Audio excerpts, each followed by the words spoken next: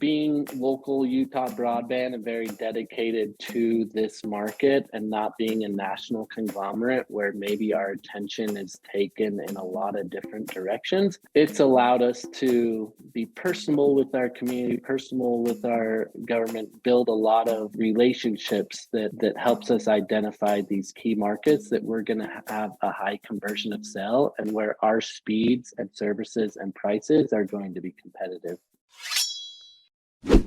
Welcome to Business Ninjas, brought to you by WriteForMe, where you'll hear from business leaders who are out there growing their business and slaying it every day.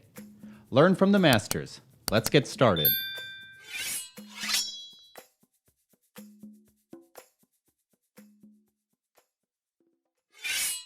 Hi, and welcome to another episode of Business Ninjas. I'm here today with Spencer Booth, Marketing Manager of Utah Broadband. How you doing today, Spencer? Doing great. How are you, Andrew? I am good. Thanks for spending some time with Business Ninjas today. Please tell us a little bit about yourself and about Utah Broadband. Yeah, so I'm marketing manager here at Utah Broadband. I personally kind of like my marketing path that I've taken. Came out of high school in 2003 to date myself a little bit, and I think it was a wonderful time to step into the digital marketing and marketing advertising world.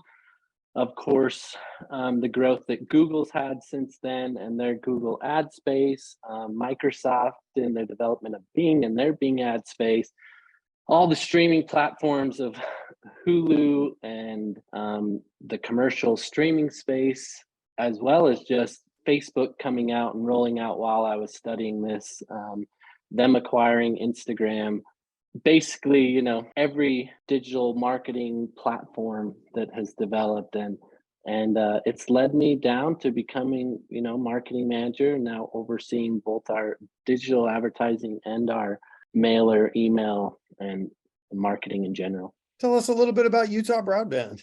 So Utah Broadband started 20 years ago, providing high-speed internet. Initially, we started focusing on what we call fixed wireless or linked wireless, where you use these shortwave transmissions to put a dish on someone's roof and provide them with high-speed broadband internet. We've since then jumped on this big boom of fiber internet that has started and continuing to grow in Utah. The state of Utah has been very proactive in trying to help local ISPs bring at least 100 Mbps or higher to every community in Utah. So it's been great working with our local community and also getting into bringing fiber to the home. I know this federal administration has made it a priority to help with that too. I know they're reimbursing people for some of the costs they incur trying to get high-speed internet to their property. That played into your ability to scale in Utah? It has not yet, but that approval of funds of last year has reached Utah government. And so I know that we are having meetings in this first quarter to identify some of the areas that are possibly on the governor's need list and see what we can do to help to take fiber to those communities. And what's really nice about us and where we found our niche is, we have 20 plus towers on the Wasatch front and back, which is kind of the greater Salt Lake City area. And we're able to beam a signal out to the outskirts very quickly. So if anything, with some of the millimeter shortwave solutions now, we can very quickly develop a wireless solution where we can get them 300 Mbps or higher while we then develop a fiber deployment plan to reach them ultimately. So it allows us to be very nimble, and that's what's really helped in our growth. Excellent. You say the company started 20 years ago. Were you exclusively wireless at the time, or were you also doing DSL and things like that? Exclusively wireless. Wow. I guess I've lived in either New York or LA. So in that 20-year period, there was never a gap in the ability for some sort of wired service. So I was unaware of decent speeds of wireless communication 20 years ago for internet. What sort of speeds were people getting 20 years ago? With the initial wireless solutions, obviously I wasn't a part of the company then, but those were days where 5 meg plans were very kind of coveted and loved, and Yeah. very sufficient with what people were doing on the World Wide Web and Yep. on the internet. So I know that the edge technology that we still have some of that active is capable of doing a 20 down and a 5 up. And that was for a decade, a very strong service for us to be able to give people options, that they weren't just locked into their cable or the national conglomerates. I assume that the topography of Utah provides some significant challenges for you to deliver. It does, on one sense, but it also makes wireless a viable solution, due to our rolling hills and our valleys, and especially on the west side, which has just exploded in the last 20 years. If you're familiar with our west side, that's considered like our West Valley, our South Jordan, our West Jordan, our Harriman, our Riverton, and then our southwest county of Lehigh and what we call Silicon Slopes now. It's very flat, and then it's surrounded by mountains on the backside, front side, and multiple rolling hills. So getting a little elevation of a tower can really pinpoint and touch a lot of roofs. And there's not as many trees on that west side. So not to say that we didn't focus on the Wasatch Bench and up against the Wasatch Mountains. We even supplied some of the ski resorts with their initial bandwidths, being able to get creative, getting things larger, faster speeds up the canyon quicker. But yeah, definitely the west sides of more of the valleys where we can have that elevation of a tower and it can reach a lot of different rooftops. We've had a lot of success. So at this point, what percentage of your users are still wireless? We're heavily still probably 70% wireless, getting up to closer of the 20-30% fiber. We've had 2 very large, excellent years of fiber deployment, and we're really excited to gear that up even more. Our goal this year is to pass about 8,000 homes with fiber. And that will get us up to more like a 60-40 or our 50-50 with how much fiber we already have. Sometimes wireless still works, and linked wireless has come a long ways. I don't know how many listening to this will understand much of the difference between fixed wireless versus, some of the new satellite technology, but we are typically only sending a signal a mile or two to a rooftop, and that transfer is very quick and very reliable and very low latency. Whereas a satellite traveling such a far distance has a lot more latency. And the other benefit that we have of the fixed wireless is as soon as it reaches the tower, maybe a mile away, it immediately goes into a fiber connection. So when you request to watch a Hulu video and then that ping is sent via fixed wireless, as soon as it reaches the tower, it goes into the fiber core. That goes to the data centers of Utah. That goes to redirected, maybe if the server happens to be in San Francisco, and it bounces back really quickly. Our reliability and our latency can stay a lot lower with linked wireless, and it still is a very good solution for some people. No offense to Mr. Musk, but I've had meetings with people on Starlink that were less than stable, shall we say? Yep. It's new technology. It's got some things to iron out. So I'm personally aware of the difference between fixed wireless and coming from satellites. Good. We have to reiterate that because we oftentimes get lumped into satellite internet provider, and we're very much not that. And we're also not necessarily a mobile, Verizon, T-Mobile, AT&T, obviously they have their mobile networks and have made a lot of adjustments to using their mobile bandwidth and network to send a wireless signal to homes and to a receiver at the home. That's why we also call it fixed wireless. Mhm. Is our engineers are very conservative of how many subscriptions we put on that access point and on that tower, and it's consistent. So unlike the mobile companies, if everyone goes to a Jazz basketball game and you have 1,000 people now using that tower, we've all seen where like you don't get service. And I believe that they're finding some struggles there of they already were seeing a large increase of population of mobile users, and now they're throwing home users on that same network, pulling greater bandwidth than maybe they were on their mobile network. And they're having to work through that of having a huge throttling or influx, deflux of bandwidth, which we don't see because it's very fixed.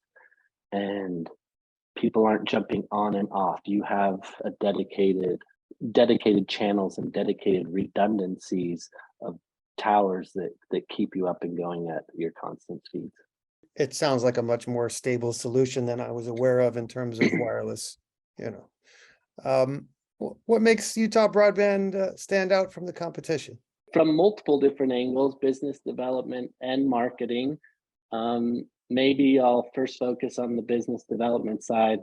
There's a lot we can do of being local and dedicated to our market and very focused on our market. You know, a majority of us here did grow up in Utah. We're very familiar with the lay of the land, with our consumers, our target market, and we're very close to our government. So we're able to identify on a business development side who's in need, you know, and that can be huge. It's identifying where did Xfinity not lay cable, or where was CenturyLink's old DSL lines laid that now that's their only option and they're only getting speeds of 10 Mbps, you know. So good, because being local Utah Broadband and very dedicated to this market and not being a national conglomerate where maybe our attention is taken in a lot of different directions, it's allowed us to be personal with our community, personal with our government, build a lot of relationships that helps us identify these key markets that we're going to have a high conversion of sale and where our speeds and services and prices are going to be competitive. And that falls right into the benefits of marketing and advertising as well. We're so much more efficiently able to geolocate who we're targeting, where we're targeting, and what type of verbiage we're using to convert them to a lead or to get them to visit our site and view our plans and services. So there's a lot to be said of being a little bit focused and not growing too big too fast. That's great. Now, in terms of Oh, growth, I should say from a personal side, that of course means that we have in-house local customer service. And I think that goes a long ways these days because of how many people are outsourcing their customer service. And then that initial point of contact has to submit an internal ticket, and then that ticket has to be reviewed by a different team, and then so on and so forth. We're all here in-house. Technical support is right next to customer support, next to billing, one story up from our network engineers, next to our infrastructure engineers and infrastructure team. So when we have a problem, you know, those tickets are submitted. If needed, quick meetings are held, solutions are developed and deployed. And our customers feel that. You know, in the last 3 months, we averaged like a 43-second hold time on our technical support, you know, and that's just unheard of these days. We hear it all day long, like, wow, someone answered the phone and they understand where I live. They know my community. they immediately know, oh, we're sorry you're experiencing those problems here. And just so much able to troubleshoot so much faster and able to resolve some unique situations or some very simple troubleshooting situations, and really being able to give that next level of local technical support. And that goes along with our technicians also that go out to their house. So that I believe is a big part of how we stand out. That's impressive. You know, in 2023, people need to be humanized more than ever, right? This is how people meet now. We're very used to sitting on hold times and speaking to someone in a country 14 time zones away that doesn't quite understand what you say, and you end up getting shuttled up the food chain and repeating yourself over and over and maybe getting resolution. But the idea that 43 seconds of hold time for somebody who's local and knows what's going on and can get you a solution, that's impressive. Really, it's important to be agile in 2023, and sounds like you guys have found a way to do that. We believe in the little bit extra cost to keep that service and personability. And to us, the numbers, operational cost numbers, don't make sense to take that away. My logic has always said that somehow the cost effectiveness of outsourcing and offshoring technical support, if it doesn't work on the first touch and you need 3 or 4 touches and you're getting shuttled to the United States eventually anyway, that's not cost effective, and you're alienating your customer, which is really not cost effective. So I don't Exactly. necessarily think it costs more in the long run to do it the way you're doing it. I think it's you're keeping people happy. I'm sure your customer service ratings are through the roof if they're getting that sort of service. So kudos to your administration there for having that sort of business model. The Thank last you. couple of years, COVID for most businesses provided huge challenges, but for you guys, I would think it would be a huge opportunity, right? The more and more people have to work remotely, go to school remotely, and meet remotely, is just the need for broadband has exploded. Tell me about the growth of Utah broadband through COVID. Yeah, so obviously it was very beneficial that we were in the works of some really key fiber deployment communities at that time. We're able to, not right away, some things did shut down, but we were able to do that outdoor building and deployment. And so that was a huge growth for us, and we kind of capitalized on expanding our network, expanding our infrastructure, wireless network, more towers, more receivers. So a lot of build, I would say, in the 2020, and that led to a lot of conversion. We did go remote for, I think, a shorter period of time, maybe than other states, but our employees did do well at working remote through 2020, and we developed some really nice key internal communications, as a lot of people did, with all the Zooms and Google's Meet, right? But I would just say how we really capitalized was focusing on business growth and development. And we were fortunate to receive some really important funding at that time and be able to do those deployments, and for our investors to see that this is an ever growing and ever changing market, and this is where the money's at, and it's basically become a necessity of utility for people at this point. And more people are focusing on the importance of having that reliable home internet aside from their mobile data network to be able to connect, communicate, FaceTime, talk to people, work, homeschool, all the online learning, do their gaming, at least have a little bit of a connection. I don't know if you're much of a gamer. I was a little bit way back in the time in the first days of Halo, if anyone recognizes that. We used to connect link your boxes, Yep. But that can be a really social important activity for someone, especially through the COVID years. Playing that game and talking to people throughout the world, it's pretty amazing. So yeah, to sum it up, we saw a lot of growth in our development. We saw a big increase as well of people wanting our services maybe versus others, and them noticing that the internet that they had wasn't as good as they thought for the new needs that they now had. And sometimes it was just they, for once, were finally looking up and actually looking at their internet bill. You know, Yeah. I think I think a lot of us prior in 2018 and 2019, sometimes we're just a little bit of head down in our routines, in our own world, getting it done, you know. So they started looking more at their speed, their reliability, and actually pulling up their itemized bill and digging deeper, because I don't know if you know, but a good amount of the national conglomerates, they reward you for going paperless. So you have to know your credentials to log in. You can see the cost there, but then you kind of have to toggle down, toggle down, toggle down. And more people were doing that. So we saw people finally jump and ship a little bit, cutting the tie of cable, maybe cutting down on cost of cable, and now just focusing on internet and choosing certain streaming platforms that worked for them. I hope that summed up a little bit of what we saw.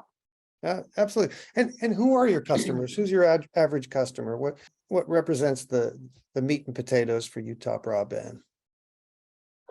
Yeah, you know, I think that's a little bit of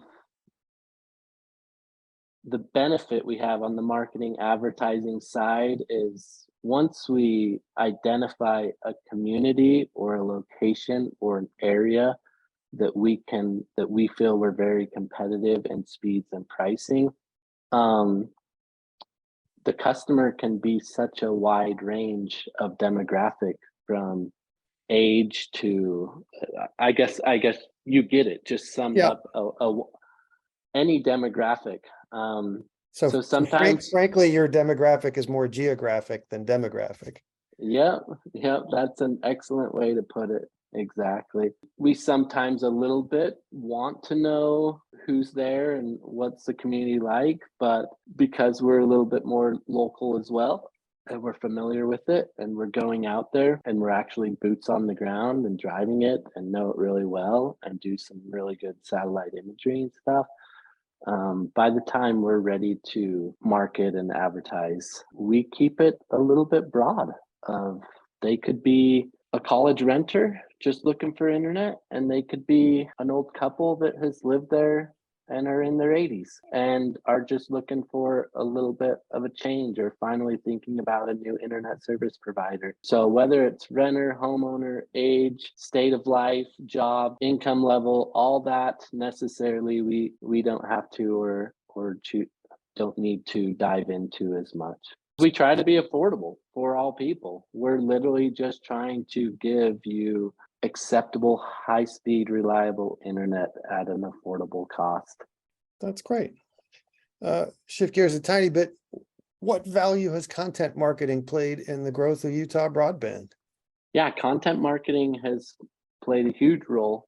We really excelled in billboards initially. And I think our first decade, most of our longtime executives would agree that we did excellent on word of mouth, referrals, yard signs, just a natural organic spread a little bit, because we were satisfying people and their neighbors, but that we could have done a little better on the content digital marketing side. And that's where I've come in very strong, joining the company. And my big goals has been expanding and developing our content and FAQs and blogs, and growing the amount of keywords and search terms that we organically can be found by, while also developing those paid Bing and Google ads where we can heavily focus on locations and hopefully build a little bit of relevancy as well. We have, and there's always this discussion of, can paid improve your organic, right? But I think from our analytics that yes, it can, in the sense that you're driving more traffic to your website. The Google ad system is identifying you as more relevant and having a better click-through rate with those key search terms that you're telling them to show your ads to. And I believe that and hope that Google's algorithm system is connecting a few dots of saying, although this was paid traffic, this person wanted to come to this website based off of this search term. And so I think that's where we a little bit now are excelling above our competitors. Our competitors primarily here are Xfinity, Comcast out of Philly, and Lumen, CenturyLink, very national conglomerates. Of course, they rank for a robust amount of search terms, and they've just been blogging and backlinking and internal, external, all sorts of great SEO tactics for years and years and years, and of course have a good relevancy score with Google. But I like how Google has now built their search engine to a little bit focus on the locals. So we've had a lot of success in building our Google My Business profile, and we get great organic SEO ranking for all of our personal branded name and searches, so that ads aren't overwhelming someone that's searching for you. I don't know if you've seen that big change that Google has done, but it's not as much like the person they're searching for is buried below all these ads and those ads are super big. It's a little bit more like people get their ads, but they show your Google Your Business on the right. They show your photo, they show your location, they, your URLs right there, and then they show all your subdomains. So I love how Google's done that. And that's where we've been able to identify key communities, key zip codes and cities, really focus on the search terms, the transactional search terms that we feel people are heavily searching when they're looking for a new internet service provider or quality high-speed internet or the best internet available in my zip code, right? Yep. Content marketing hand in hand has a huge, both organic and paid and digital marketing side, importance on driving those leads and converting to more sales for us. And I would imagine the 43-second hold time and local people who get it and get you help quickly is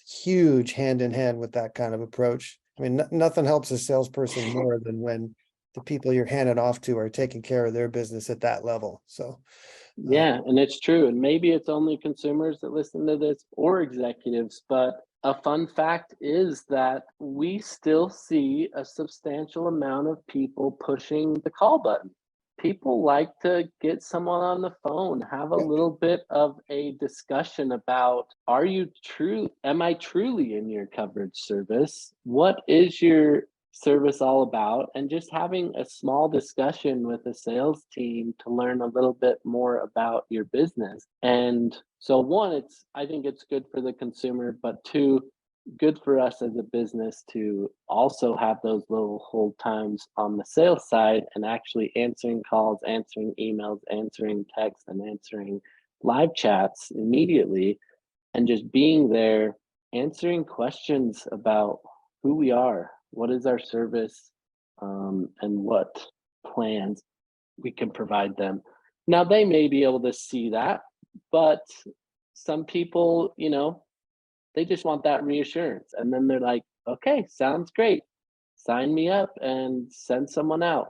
Hey, some people don't like antiseptic transactions. They like to know who they're doing business with. They want to, some sort of human connectivity. That little fiber there is important to tug on, and you guys are doing it. So kudos to you for, taking a 21st century product and company and making it almost feel like a local kind of business that actually cares about who you're serving. Thank you. No, it's refreshing in 2023. I don't do business with anybody that has 43-second hold times, but I don't live in Utah. What's something you'd like to be celebrating 1 year from now, personally and professionally? Personally and professionally. So I'll start with professionally. We're really excited and totally teed up for 2023 and have some amazing goals. And we have a lot of strategies already developed and organized to be very successful. So we are excited to become more of that predominant fiber internet provider of Utah, heavily in Park City, Utah, and the backside of Park City. If you're familiar with Heber, Utah, which you can jump on the gondola pretty easily to Deer Valley Ski Resort. So there's a lot of growth in Heber. And then our southwest side that I was telling you, which is just across from the Adobe headquarters in Lehi, Utah, it's just booming out west in the Saratoga Springs and the Eagle Mountain and the West Lehi. Like we said, funds from the government and discussions being had with a lot of local city councils, because everyone's mind now is our community needs high-speed internet. And primarily, they don't just say high-speed internet, they're like, we need fiber to the home. I mean, let's be honest, there's a huge fiber buzz and fiber boom, and Google's doing a decent job.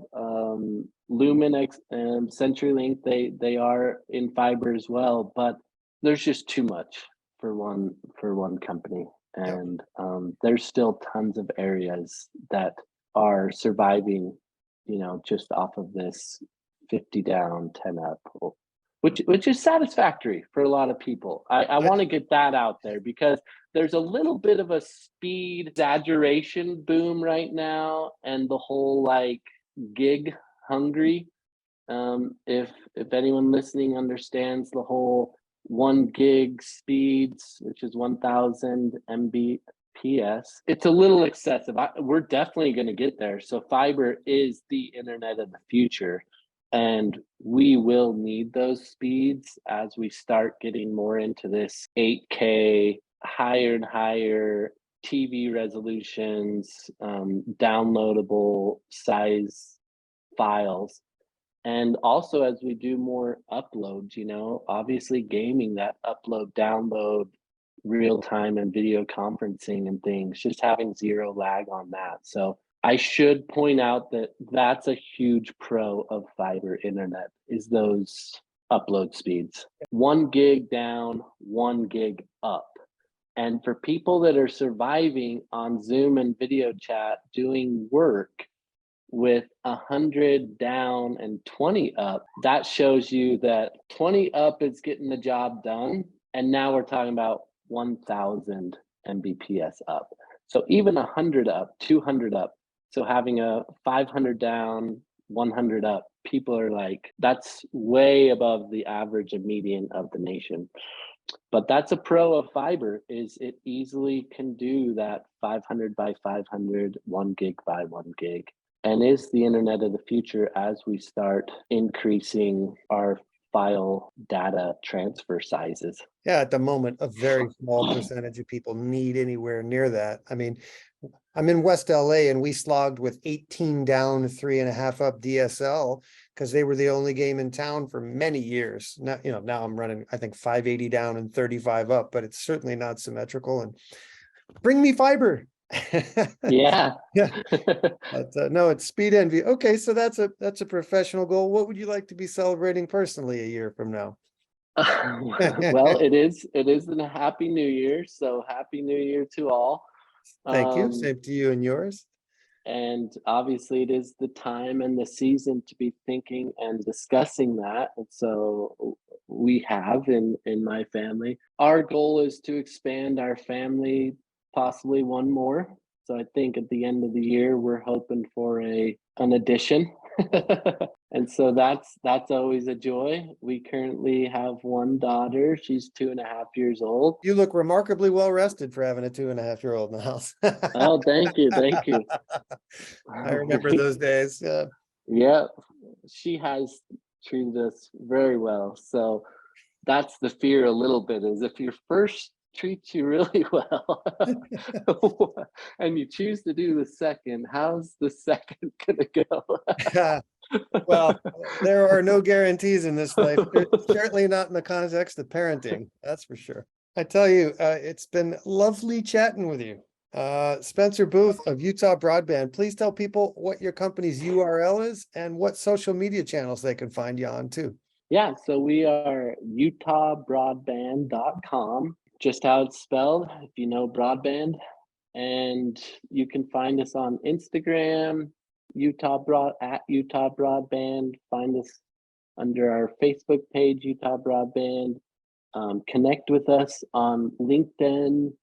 We're really trying to get more active on our LinkedIn and take the time to post some of this content and articles and be an expert and kind of share our wisdom and expertise with our LinkedIn community and just share more articles and fun facts about fiber, about internet, how it's changing.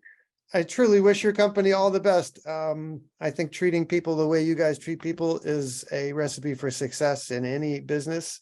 And if you can back up that kind of customer service with a product that works the way yours does, the sky's the limit. So Spencer Booth at Utah Broadband, thanks for spending some time with Business Ninjas. And I wish you and yours a bundle of joy and your company as much growth as they can handle in 2023. Thank you very much. It's been a pleasure.